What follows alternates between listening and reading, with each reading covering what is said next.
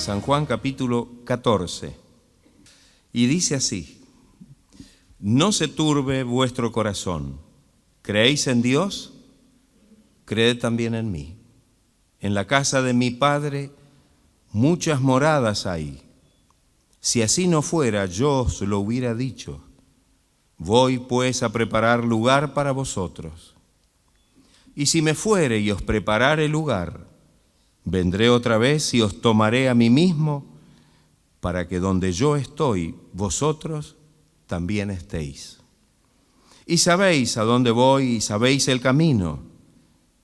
Le dijo Tomás: Señor, no sabemos a dónde vas. ¿Cómo pues podemos saber el camino? Jesús le dijo: yo soy el camino, y la verdad y la vida. Nadie viene al Padre sino por mí. Si me conocieseis, también a mi Padre conoceríais. Y desde ahora le conocéis y le habéis visto. Felipe le dijo: Señor, muéstranos el Padre y nos basta. Jesús le dijo: ¿tanto tiempo hace que estoy con vosotros y no me has conocido, Felipe? El que me ha visto a mí ha visto al Padre. ¿Cómo pues dices tú, muéstranos el Padre? ¿No crees que yo soy en el Padre y el Padre en mí? Las palabras que yo os hablo no las hablo por mi propia cuenta, sino que el Padre que mora en mí, Él hace las obras. Creedme que yo soy en el Padre y el Padre en mí. De otra manera, creedme por las mismas obras. De cierto os digo, el que en mí cree, las obras que yo hago, Él las hará también, y aún mayores hará, porque yo voy al Padre. Y todo lo que pidiereis al Padre en mi nombre, lo haré, para que el Padre sea glorificado en el Hijo.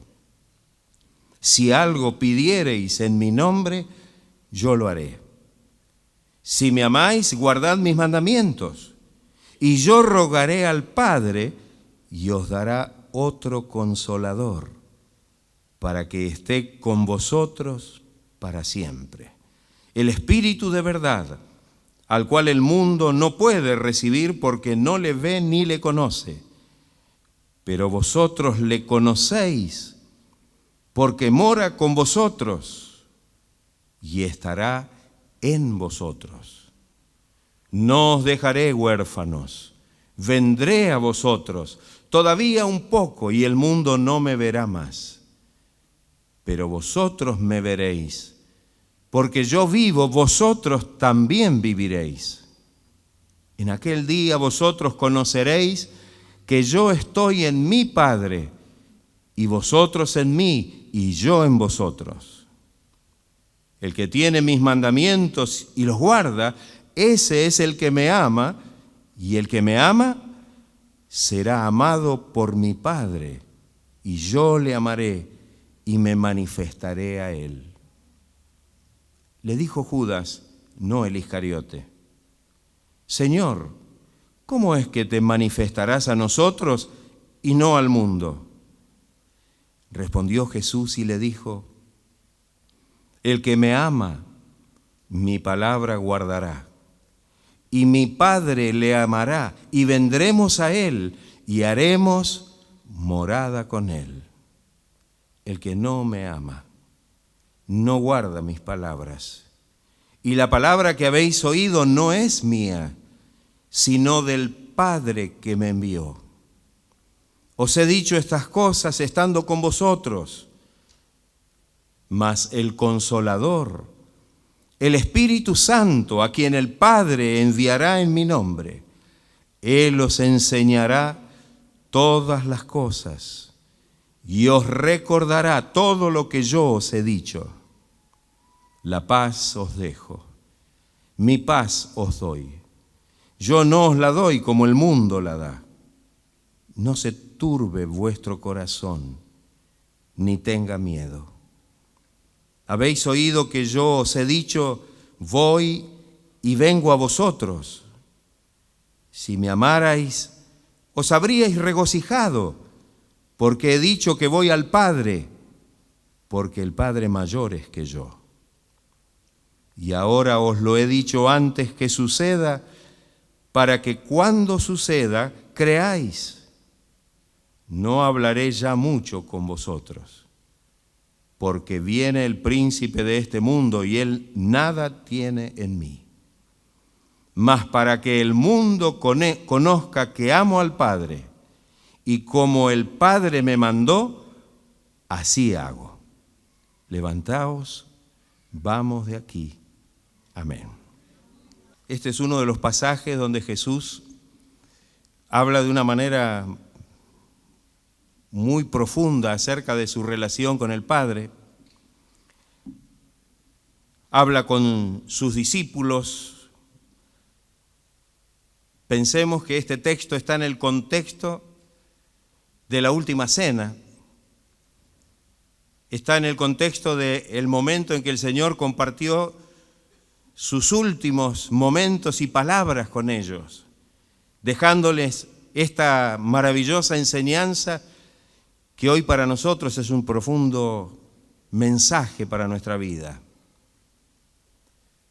Yo creo que Jesús aquí se revela de una manera maravillosa, de una manera profunda.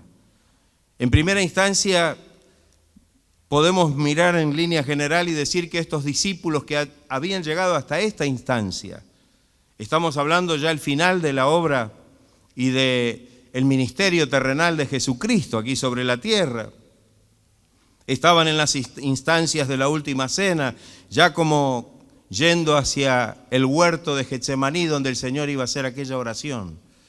Pero piensen ustedes que todavía en sus mentes y en sus corazones había resabios, quizá de lo que habían aprendido aún como judíos. Y posiblemente, si bien habían aceptado y habían creído en el Señor, parecía que todavía no estaban satisfechos. Y alguno dirá, pastor, pero ¿cómo? Ya habían estado 3 años y pico con el Señor, ahora el Señor ya está por hacer la obra, el sufrimiento, la cruz, su muerte, y todavía ellos estaban en esta situación. Sí. Inclusive las palabras de Jesús dan a entender de que ellos todavía tenían alguna cosa interior que no estaba resuelta. Inclusive lo vemos aún después, cuando el Señor resucitó y ya estaba a punto de ascender a los cielos, que todavía tenían algunas cosas guardadas en sus corazones, como el hecho de que Él tendría que haber traído su reino para instalarlo allí en Jerusalén, liberarlos inclusive de la dominación del Imperio Romano. Y no habían podido interpretar las Escrituras, ni habían podido interpretar las profecías. En esta instancia entendemos que ellos tenían un profundo conocimiento, por lo menos de acuerdo a su religión y de acuerdo a la Escritura del Antiguo Testamento y a la ley, con respecto a Dios. Pero mire lo que el Señor aquí, antes de llegar a despedirse de ellos, en primera instancia le dice: no se turbe vuestro corazón. Parece que ellos estaban ahí como en una confusión, en un momento como difícil, como en una situación donde todavía las cosas no estaban demasiado claras para ellos. No se turbe vuestro corazón. ¿Creéis en Dios? ¿Cuál hubiera sido la respuesta de ellos? ¿Creían en Dios? ¿Sí o no? ¿Estás seguro? Sí, creían en Dios, eran judíos, creían en el único Dios. Pero fíjese lo que ahora le dice el Señor. ¿Creéis en Dios? Entonces crean en mí. Creed también en mí. Así como ellos creían en Dios, el Señor les está diciendo: crean también en mí. Ahora, yo pienso que esta palabra dicha después de 3 años de estar con ellos, de enseñarles, hacerlos partícipes de su obra y de su ministerio terrenal, de la revelación del Evangelio a través de esta maravillosa experiencia que tuvieron estando con el Señor. Sin embargo, hay algo que acá nos llama la atención. El Señor les dice, no se turben, el corazón de ustedes no se turbe, no se confunda. Si creen en Dios, crean también en mí. Y aquí el Señor les empieza a hablar de una manera que a ellos los pone un poco como a prueba. En la casa de mi Padre, dice el Señor, muchas moradas hay. Si así no fuera, yo os lo hubiera dicho.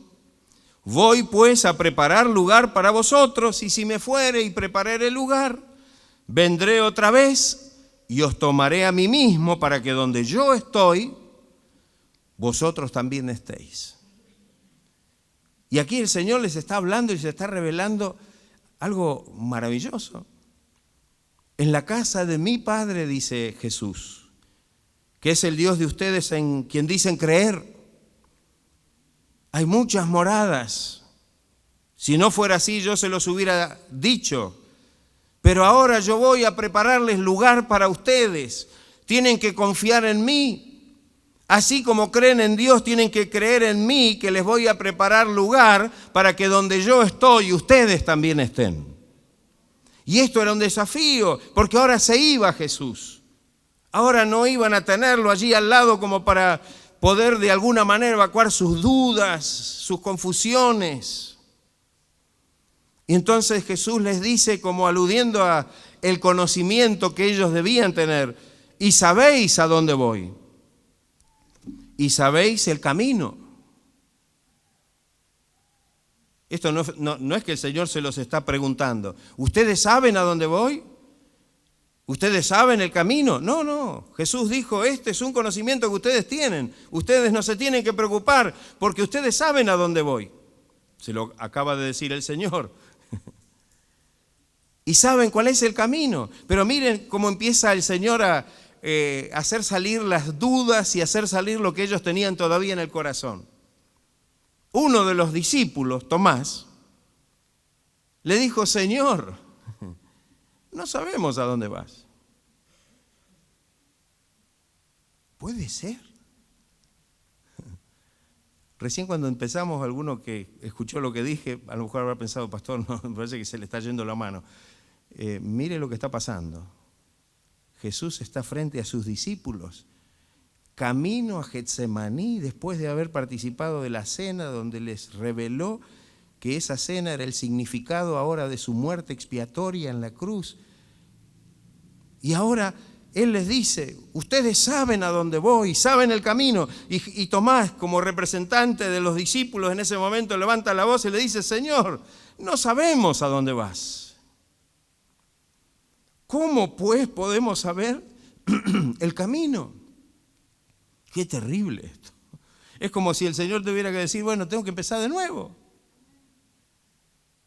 Tengo que empezar otra vez.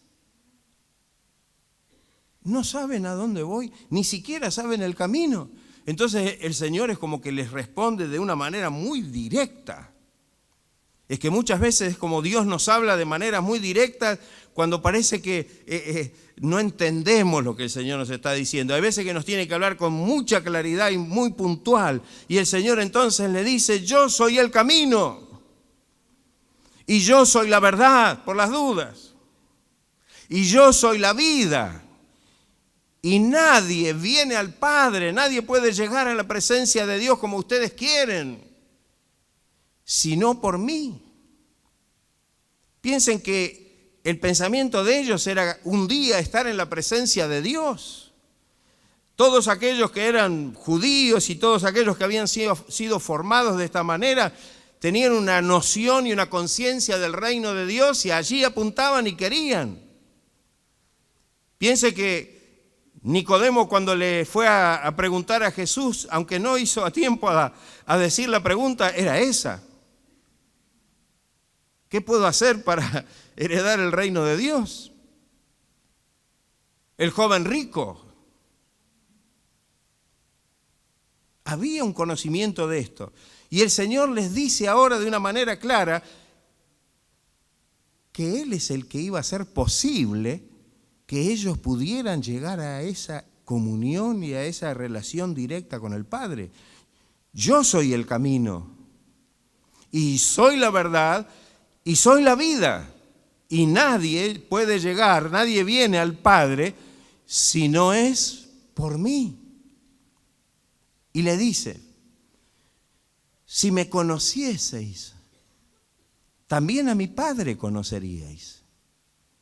Y desde ahora, miren lo que les dice, le conocéis y le habéis visto. ¿Cómo?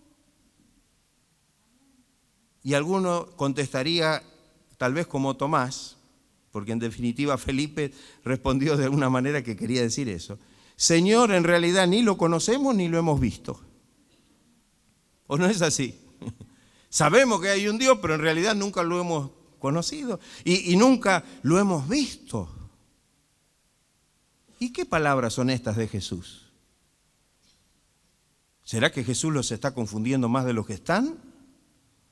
¿Será que el Señor a veces nos da una palabra que nos deja confundidos? No, porque la palabra de Él es revelación, es luz. Entonces Felipe, como perdido en la niebla, para salir de esta situación embarazosa, le dice, Señor, muéstranos el Padre y nos basta. Ya que tú dices que le conocemos y le hemos visto, Felipe le está diciendo, la verdad yo nunca lo vi y nunca lo conocí.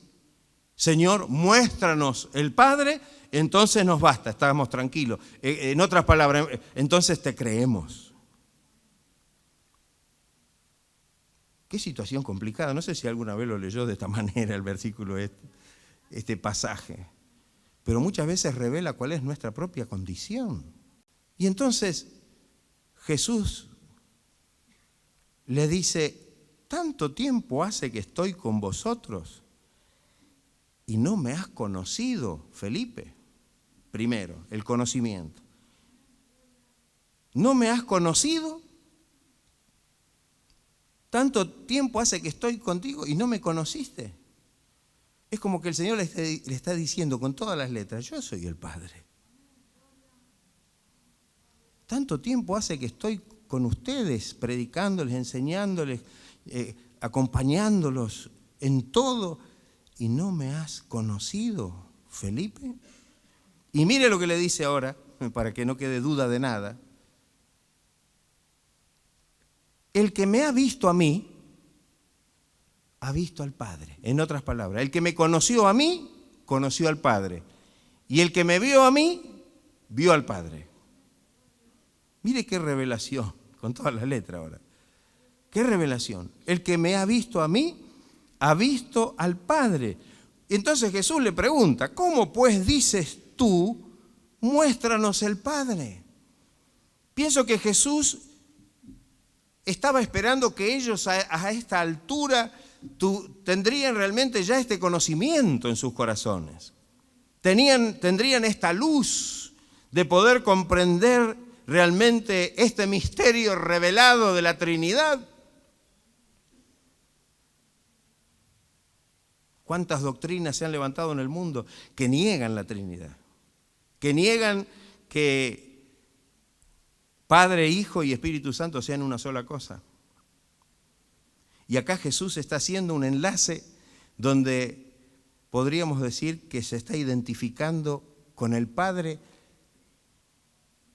y está diciendo que el Padre está en Él y que Él está en el Padre. Y el que lo ha conocido a Él ha conocido al Padre, y el que lo ha visto a Él ha visto al Padre. Y le pregunta y lo pone ahí.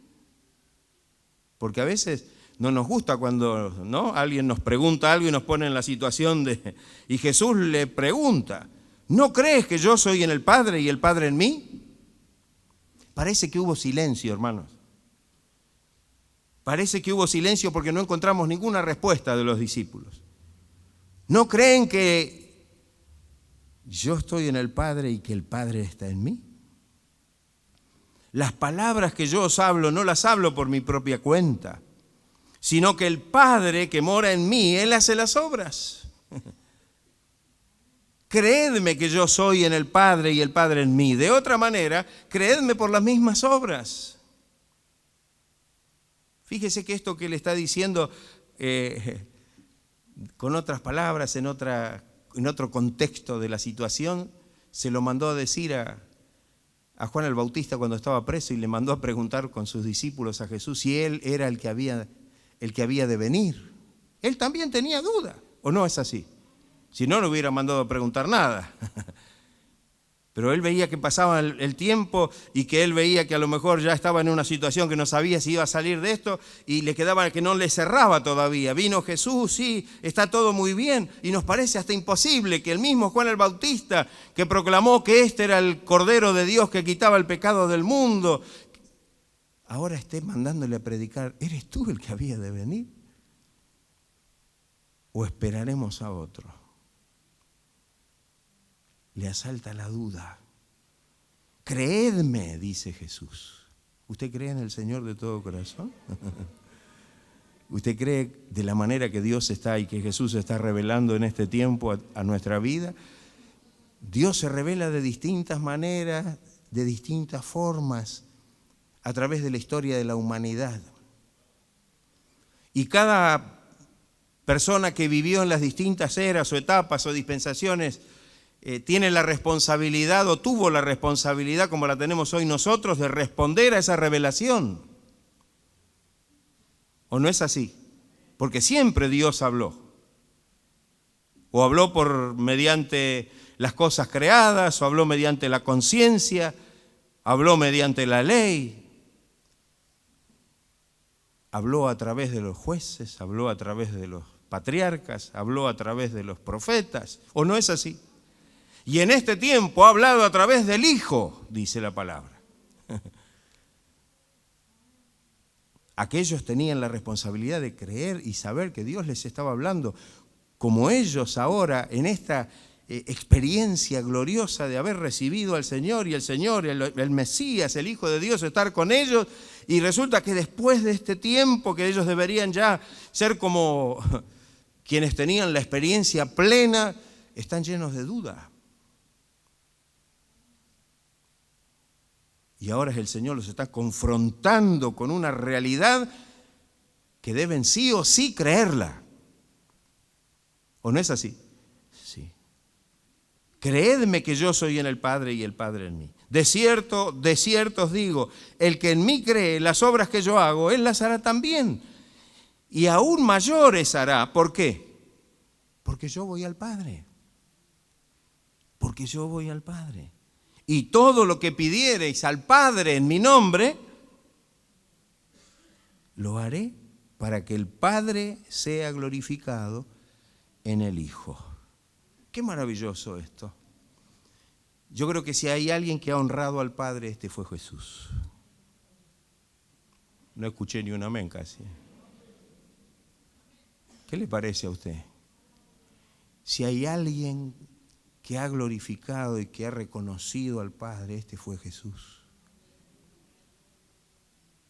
De una manera espléndida, maravillosa, gloriosa.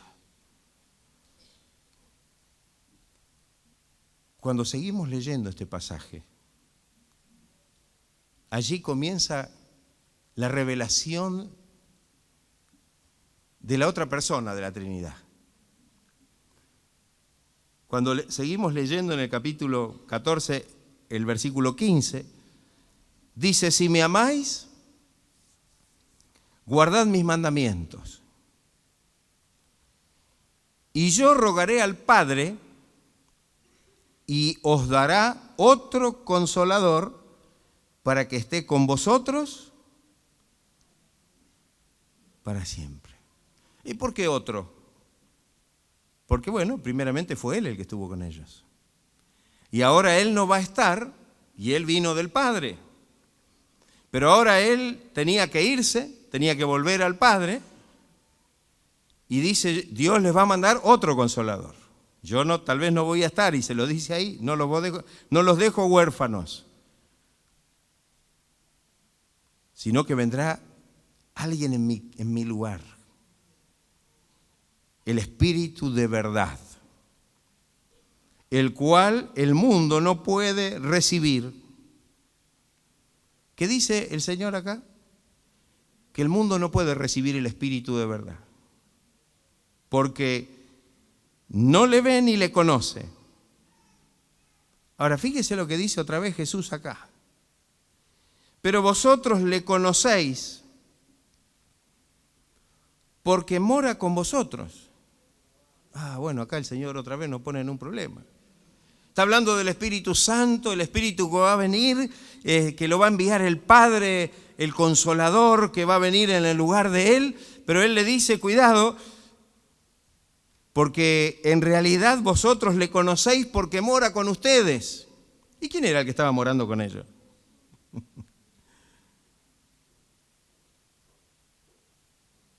¿Acaso Jesús primero se identificó con el Padre? El que me ve a mí, el que me conoce a mí, conoce al Padre. Y ahora no se está identificando con el Espíritu. Vosotros me conocéis o le conocéis porque mora con ustedes. ¿Y quién era el que moraba con ellos? Si todavía el Espíritu no había venido sobre ellos. Si todavía no lo habían recibido tal cual el Señor lo estaba prometiendo. Es que el Espíritu de Dios estaba en la persona de Jesucristo, porque Jesucristo había sido ungido con el poder del Espíritu Santo. Alabado. Y como muchas veces decimos que la obra y el ministerio de Jesucristo fue realizado en el poder de la tercera persona de la Trinidad, es decir, en el poder del Espíritu Santo. O sea que el Espíritu Santo estaba en Cristo. Y el que había visto a Cristo, no solo había visto al Padre, sino también había visto al Espíritu Santo, porque estaba con ellos. Ahora, fíjese si alguien podría contradecir el misterio trinitario. Porque solamente los que más se oponen a la doctrina de la Trinidad son los que están en contra de un texto que dice, porque el Padre, el Hijo y el Verbo, el Padre, el Verbo y el Espíritu, son una sola cosa. Entonces objetan ese solo versículo porque dicen que no están en los manuscritos más antiguos y si ese texto nosotros lo sacamos de la Biblia, está lleno de textos en la Biblia que nos muestran con una claridad como la que estamos viendo en esta noche, que realmente Padre, Hijo y Espíritu Santo son una misma cosa, son un mismo Dios en tres personas. ¿Amén? ¿Amén, hermano? ¿Usted lo cree de esta manera? Es lo que de alguna forma ahora nosotros tenemos que entender, porque mora con vosotros. La primera cosa es que ese Espíritu de verdad en cierta forma en Cristo estaba con ellos. Y después primero usa el presente, pero después en la segunda, en la última cláusula del versículo, usa el futuro. Porque dice, mora con ustedes, mora con vosotros. Y después dice, y estará en vosotros. Ahí está. Porque en la forma de la unción y de la gracia que el Señor estaba prometiendo, estaría luego viniendo para hacer morada en ellos. Y yo digo, qué maravillosa esta revelación de Dios. Qué maravilloso que esto nosotros lo podamos ver. Jesús les dijo, no os dejo huérfanos, vendré a vosotros. Vendré a vosotros. Todavía un poco y el mundo no me verá más. Porque iba a pasar eso, Él iba a morir, iba a resucitar. Pero vosotros me veréis. Y porque yo vivo, vosotros también viviréis. Acá hay una acepción en este versículo que tiene mucho que ver con el hecho de que el tiempo que no lo iban a ver iba a ser corto. Iba a ser breve. Porque en realidad el tiempo fueron solamente unos días, porque luego el Señor se les presentó a ellos resucitados. ¿O no es así? El Señor les había dicho que Él se tenía que ir y tristeza iba a haber en sus corazones, pero esa tristeza el Señor la iba a convertir en gozo, porque lo iban a poder ver nuevamente. Y el Señor iba a transformar la tristeza en gozo, en alegría.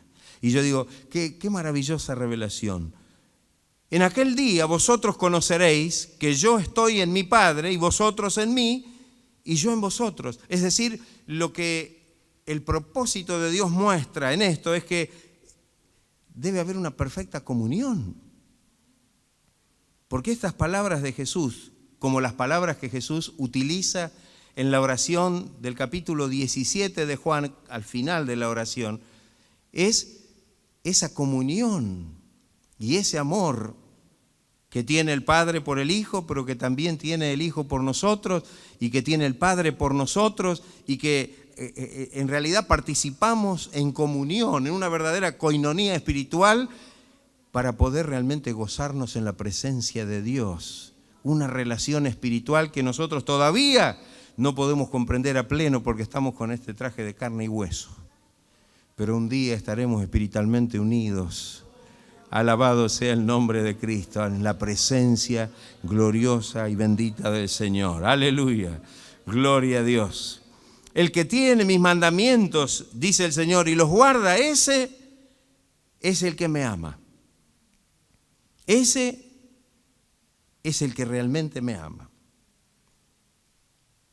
Y el que me ama será amado, ¿por quién? Por mi Padre. El que me ama será amado por mi Padre. Y fíjese, y le dice, y yo le amaré y me manifestaré a él. Es decir, voy a presentarme ahí, a él. Ahora, otro de los discípulos, porque no el Iscariote, le dice, llamado Judas también, le dice, Señor, y eran todas preguntas, parece que eran el grupo de los que no entendían nada. Y le dice, Señor, ¿cómo es que te manifestarás a nosotros y no al mundo? A lo mejor nos vendrás a ver en secreto, en algún lugar escondido. A lo mejor, no sé, habrá algún misterio detrás de todo esto. No entendían esto. Entonces, dice que Jesús le dijo, el que me ama, mire lo que le dice el Señor ahora, el que me ama, mi palabra guardará. Otra vez, y mi Padre le amará, ¿y qué dice? Y vendremos a él y haremos morada con él. Ahora yo digo, ¿de quién está hablando Jesús acá? Está hablando del Padre. Está hablando del Padre. El que me ama, mi palabra guardará, y mi Padre le amará, y vendremos a él. Acá hay una relación directa, el texto no da lugar a que pensemos que Jesús esté hablando que va a venir con algún otro que no sea el Padre. ¿No es así? Y vendremos y haremos morada con él. Ahora yo digo, fíjense, Jesús había prometido que iba a venir el Espíritu Santo. Ahora, en este versículo le dice, hablando de que no los iba a dejar solos, que no solamente iban a recibir el Espíritu Santo, como después en el capítulo 16 continúa el tema, sino también dice que vendrá con el Padre y harán morada. Yo tengo que entender, y no es otra forma de poderlo comprender, es que en realidad van a estar los tres. Va a estar el Espíritu de verdad, el Consolador, el Espíritu Santo, a quien el Padre enviará en el nombre de Jesús. Pero también va a estar el Padre y también va a estar Jesús haciendo morada con nosotros. ¿Qué le parece? Yo digo, qué maravillosa revelación de Dios. También estará el Espíritu Santo y estará el Padre y estará el Hijo. Siempre digo esto, pero tal vez esto lo tenemos que tener inserto y grabado, y donde está el Padre está el Hijo y el Espíritu. Donde está el Hijo está el Padre y el Espíritu. Y donde está el Espíritu está el Padre y el Hijo. ¿Usted cree que esto es así? Pero pastor, mire, la Biblia en el Antiguo Testamento habla del Padre, sí, pero el Nuevo Testamento está lleno de textos donde la Biblia habla de que el Padre en el principio estaba justamente con el Verbo. Este mismo Evangelio en el capítulo 1 dice, y en el principio era el Verbo, y el Verbo estaba con Dios, y el Verbo era Dios. ¿Y quién era el verbo? En el versículo 14 dice, y ese verbo, del capítulo 1 de este libro, y ese verbo fue hecho carne y habitó entre nosotros. ¿Y quién es de la deidad que se hizo carne y habitó entre los hombres? ¿Hubo algún otro personaje que no fuera Jesús? ¿Hubo algún alienígena? Ojo que hoy estamos con todo lo la gente cree en los alienígenas, qué sé yo. No, fue Jesús. Y estaba ahí el Padre, el Verbo, que era la palabra creadora, porque dice que por Él fueron creadas todas las cosas. Y dice que el Espíritu de Dios se movía sobre la faz de las aguas. Gloria sea el nombre del Señor. Alabado sea el nombre de Cristo. Gloria a Dios. Y a lo largo del Antiguo Testamento vamos a tener infinidad de textos donde se menciona al Espíritu de Dios y donde se menciona al siervo de Dios. Y yo digo, qué importante poder comprender esta verdad. Cuando se manifiesta Cristo, en su manifestación, vemos que juntamente con Él se revela la Trinidad. Amén. En el bautismo, dice que cuando vino a Juan para ser bautizado, el Espíritu Santo vino a él en forma visible, para que fuera visible, que lo vieran todos. Que el Espíritu Santo vino sobre él en forma de paloma. Y se oyó desde el cielo una voz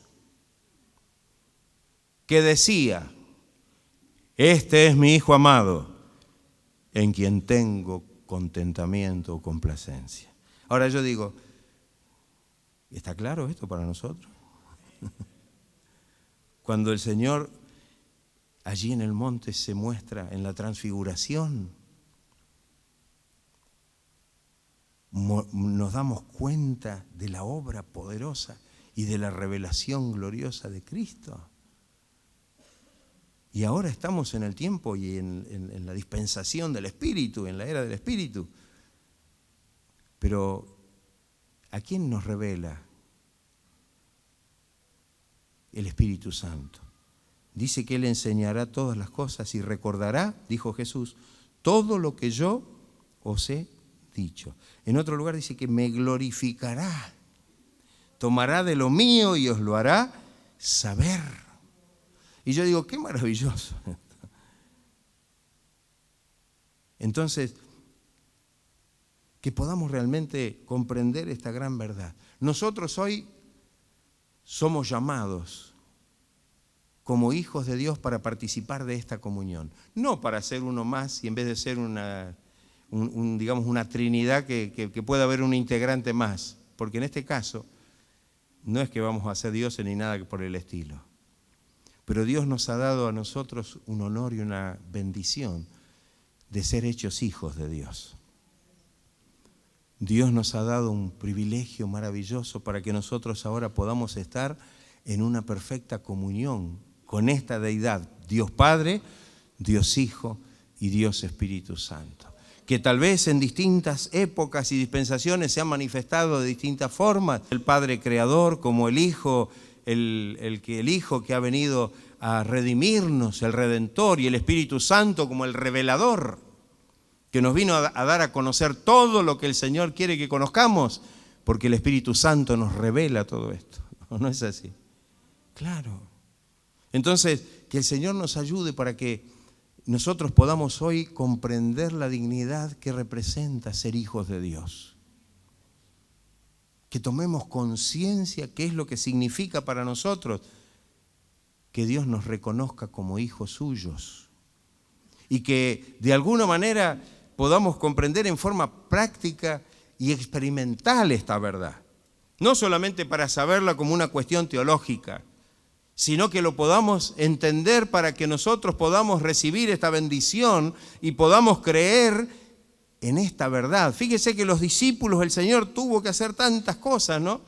Y hablarles con tanta claridad. Y sabemos que recién después que el Espíritu Santo comenzó a revelar y comenzó a hablar con poder en la mente y en el corazón de ellos, comenzaron a entender mejor. Y nosotros tenemos ese mismo Espíritu, porque es el Espíritu que Dios ha hecho descender sobre aquellos como también sobre nosotros hoy. ¿O no es así, hermano? Claro.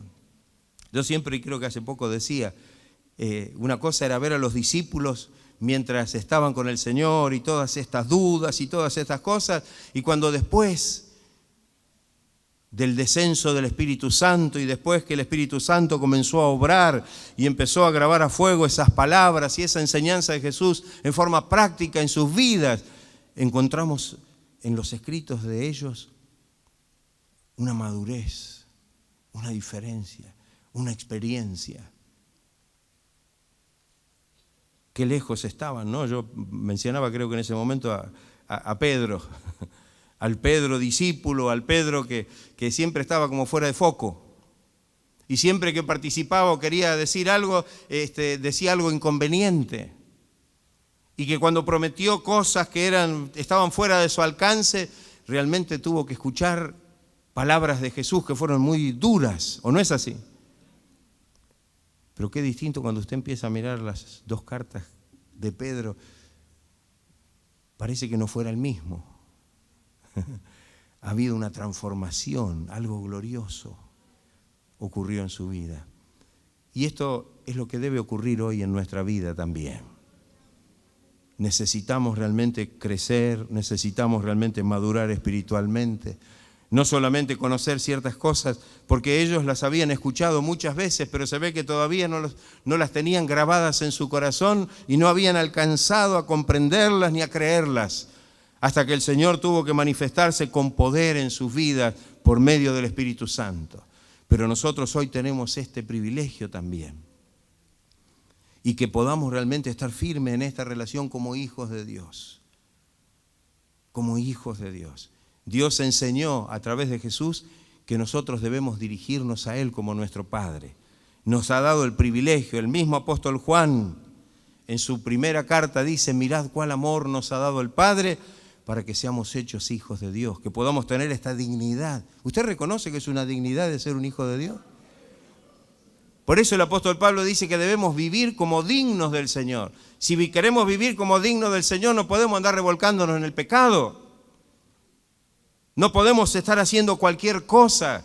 Si decimos que somos hijos de Dios y que hemos creído en Jesucristo y hemos recibido el Evangelio, no podemos vivir en las cosas del mundo, porque no es cierto entonces que somos ni cristianos.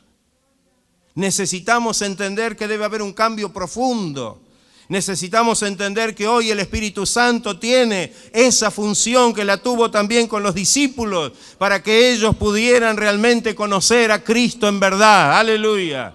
Gloria sea el nombre del Señor. El apóstol Pablo, cuando predicó la palabra, dijo: y si alguno conoció a Cristo en la carne, ya no lo conocemos así. ¡Aleluya! Ahora lo tenemos que conocer en espíritu y en verdad. ¡Aleluya! Tiene que haber una relación espiritual gloriosa que podamos realmente tener por medio del Espíritu Santo y podamos conocerle y obedecerle y servirle como el Señor quiere que lo hagamos en este tiempo. Alabado.